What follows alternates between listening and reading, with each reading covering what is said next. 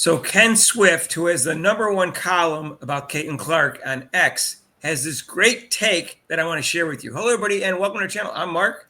And I'm Rob.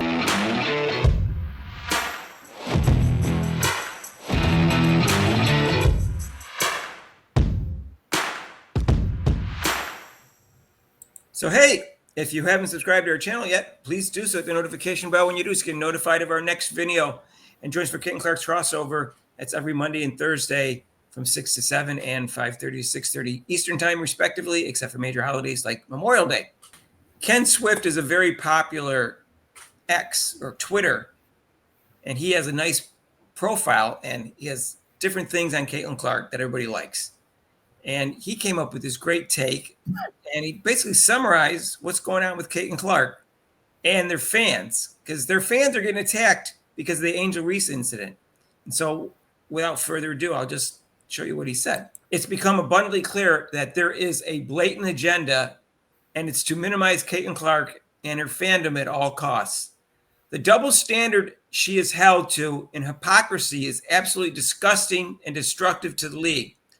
Today, I saw criticizing that Caitlin was highlighted in the media, even though Atlanta won. Someone responded the same type of articles from Asia and page losses because this is standard in sports. Saw another thread where someone is clipping Caitlin crash out videos going back to college. The narrative is she's out of control and shouldn't be in the league. The league where the GOAT, who just retired, is known for breaking down a door in Chicago after a loss, a door they then traveled with and made a joke of, and also threatening the ref to meet her in the lobby after a tech. The real problem isn't that Caitlin's white. There have been white superstars before in the league. It's her popularity that they have issues with. Whether that's in combination with her being white, I'll leave that up to you to decide. But make no mistake, if no one was watching her, this wouldn't be happening. Their goal is to hurt her popularity. That's labeling her fans racist. Their black fans are race traitors, and the goal is to create a situation where if you acknowledge you're a Caitlin fan, you're a bad person. With no fans, she has no power. Many in the mainstream media play into this, and when they don't, well, you see what just happened to Quita. She's a podcaster. It's selective outrage. It's disgusting. And if the league plays into it, it will never be taken seriously. It shouldn't be this difficult to be a fan. My God, that was well worded, Rob. Yeah, I mean, it's true. Look, as me, as a black male, you know, if I'm a Caitlin Clark fan, I'm a sellout. As we say, you're a sellout because you should be supporting Wilson or Reese. Why am I not supporting? I mean, the black NBA player or Collier. Why am I not supporting them? Right. Wasn't there a person making comments on our website, Rob, that was calling you something from a cartoon or something like that? Oh yeah, from Boondocks. And other people like Cheryl Miller, Natasha Howard, and Dewana Bonner have been called the C word that rhymes with spoon, just because they signed free agency with Caitlin Clark. And just for Cheryl Miller pointing out that some of the hate against Caitlin Clark was because she was white. So she got attacked for that. And other people are attacked for being Caitlin Clark fans. Even LeBron got criticized for saying great game by Caitlin Clark, even though they lost. So, I mean, it's a great take, Rob. They're trying to take away her fans so they can take away her power.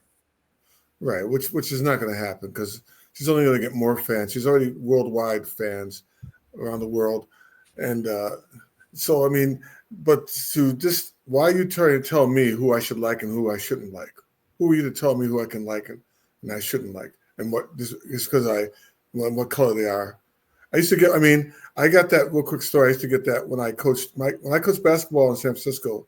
It was the teams were mostly all white girls and white boys, and white women and men.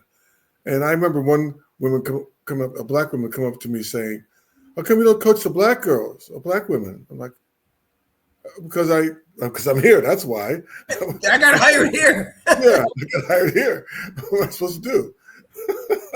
You can't. They wanted you to just interview for jobs where you're coaching black males or females. Yeah. That's what they want you to do. Yeah. Instead of just interviewing for all the jobs and take whatever one you get. That's what they want you to do. Yeah. And plus, I didn't look. I should have said they were like, oh, they're white. I didn't know that. I thought they were just basketball players. I didn't even know what color they were, which I didn't. They didn't care, and I didn't care. Right. The problem is, Rob, is that this double standard is so prevalent, and it's not going away either, and it won't go away. We can just see what happens where the league automatically announced an investigation. I had no problem with them investigating. They just no need to announce it, and they announced it on purpose because then they can make their racial statement. And they have this committee that was formed for hate, which was specifically formed for the Caitlin Clark fans. That's hatred because they don't care about the hate towards Caitlin Clark. So that's the problem, is the double standard. And it's already started this year. We're only 2 games in. One game. See, we support the black people. See, look at this. We're going to investigate this. This is very serious. We're on your side, black people. Right. And you can't do anything, Rob. I mean, there's a few trolls that are bad. They're Caitlin Clark fans. We get it. But that's not Caitlin Clark's fan. That's not the very many fans at all, percentage-wise. It's just that she has so many fans. You're going to get some trolls. And you're going to have more trolls because she has more fans. Just percentage-wise, that's the way it's going to work out. Right. But their fans are good fans. Indiana Fever fans are good fans. As far as we know, nothing happened. Just a little dolphin sound. So far, no one heard any racial comments whatsoever, including the coach, who said, I found out when you guys found out. So you would think he would have heard it. So, yeah, I mean, if he had heard, I mean, like I said, most of the staff, most of the players are black. You would think if they would have reacted like, what? What is that? Really? They didn't react to it. I mean, like I said, the reaction would be, you shouldn't be playing that during when someone's shooting a foul shot. That would be my reaction as a coach. Not going to work because Caitlin Clark has more fans that are for her than the entire league put together, Rob. And she's only going to become more popular this year because you can see how well she's playing. And they got a better team this year. I'm not saying they're going to win the championship for sure. They didn't look the last game. They didn't look that way, but we'll see how they look tonight. But when she starts winning MVPs and championships and the finals ratings go through the roof, she's going to be even more popular when she plays in the 2028 Olympics. The whole league and her are going to become more popular, and it's just going to snowball. So they're just going to have to accept it at some point.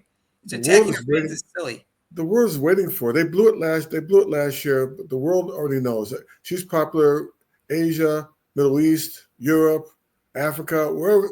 If I said Caitlin Clark, like I said, even at work where I have all these young men who, if I mention her name, they're not even like into the WNBA. They go, "Oh yeah, I know who she is," and they know nothing about. They don't even watch WNBA, but they know who she is. And Rob, I like to think we do a good job and have good insights and takes. Every once in a while, I see a video or a tweet or an article, and I see someone word something in such a way that I go, oh, gosh, I wish I could word it that well. And that's what I'm saying about this Ken Swift thing. Yeah, the concept's kind of out there, but he expanded on it and he worded it really well. And again, check it out. He's at Ken Swift on X. He is the best column if you want to follow Caitlin Clark that there is, and that's why it's so popular. And all the podcasters get some material from him. Because it's not a sin to be a Caitlin Clark fan. It's okay. That's what he's saying. It's okay. And there's hypocrisy because there's double standard in terms of Caitlin Clark fans. They get criticized more. And Caitlin Clark gets criticized more. No matter what she does, she gets criticized for what other players don't do. And she's always got to speak up against everything. And nobody else has to do that. It's unfair.